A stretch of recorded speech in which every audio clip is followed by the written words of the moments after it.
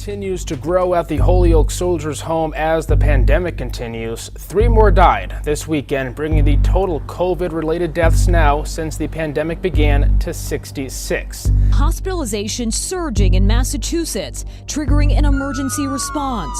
About what's being done to increase the number of people being tested here in the Commonwealth. One of the absolute most important things that we need, really an urgent need, frankly we needed it weeks and weeks ago, is dramatically improved and scaled up testing capacity and testing capabilities here in Massachusetts. Effective Tuesday, March 24th at noon, all non-essential businesses shall close their physical workplaces and facilities to all workers, customers, and the public.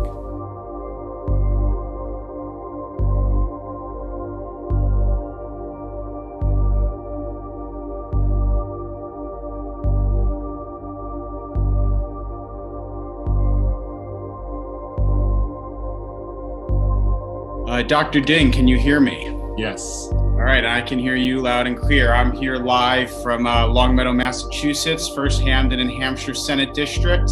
Explain to us why the testing is so important. The testing is key because the traditional way to put out an epidemic is testing immediately, contact tracing those who are positive, who were your close contacts you spent a lot of time with, and then quarantining you and them, creating a perimeter. More chaos and confusion at the Eastfield Mall mass vaccination site. State Senator Eric Lesser toured the Eastfield Mall vaccination site today. I talked to some of the nurses and some of the health officials who are actually administering the vaccines. They're doing their job. They weren't given the right support. To the delays and challenges as roughly 1 million residents tried to sign up for the coronavirus vaccine online. Will you say sorry to the million people? Of course, absolutely, definitely, yes. The senator has filed emergency legislation that he says could end the confusion surrounding vaccine registrations. We should be able to figure out how to set up a one-stop online portal and a corresponding 24/7 helpline for people.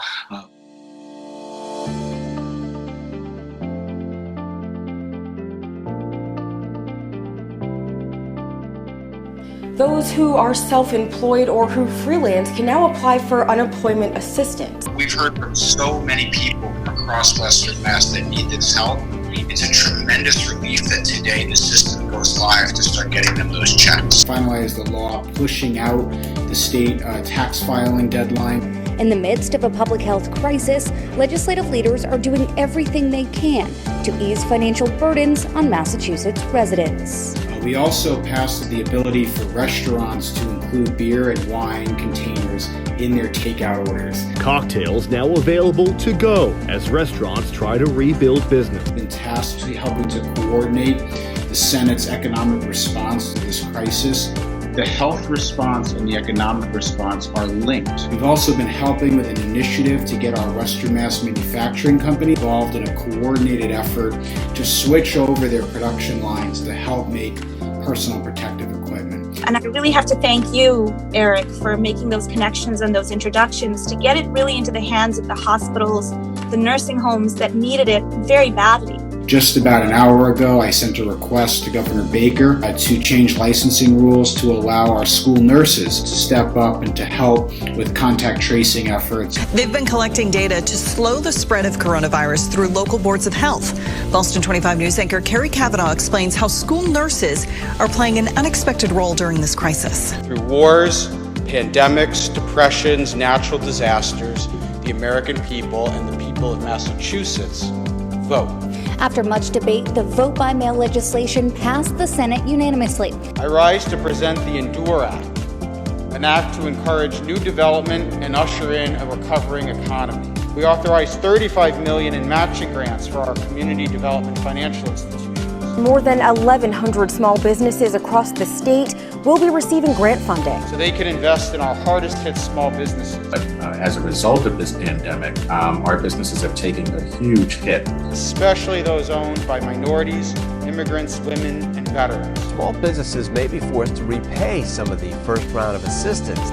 We also ensure federal PPP loans do not face state income tax, so our small businesses can maximize this vital benefit. Our restaurants have faced calamity. The group Massachusetts Restaurant United gathered at Beacon Hill yesterday to remind lawmakers that they want this bill passed. We authorize a new $20 million fund to provide emergency relief and help. You were our champion and helped us.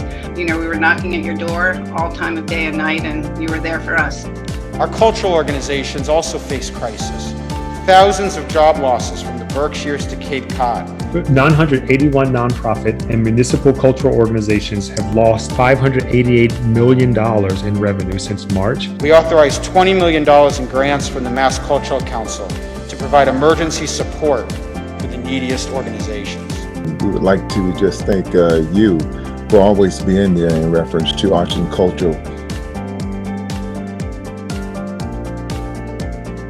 $250,000 for promotion of Western Mass tourism. Springfield's legislative delegation made certain the zoo will stay open and thriving. And we included an earmark for $125,000 to the Forest Park Zoo to support their operation. And the Boys and Girls Clubs statewide have been facing financial impacts of the COVID-19 pandemic. Senator Eric Lesser stopped by the Springfield Boys and Girls Club. Lesser is calling on the state to support and fund Boys and Girls Clubs in the Commonwealth during the pandemic. Provide a safe environment for young people to continue to learn, to continue to grow. State Senator Eric Lesser joins us in studio. Let's go on the record. We've got back-breaking, soul-crushing traffic. We've got an MBTA that's totally overloaded. We need to invest in rail. A peaceful protest to stand in solidarity against police brutality nationally and locally took place in Springfield over the weekend. We need laws to change. We need change here in Springfield, in Western Mass, in the Commonwealth of Massachusetts. 2020 will end with a new law reforming police practices across the state.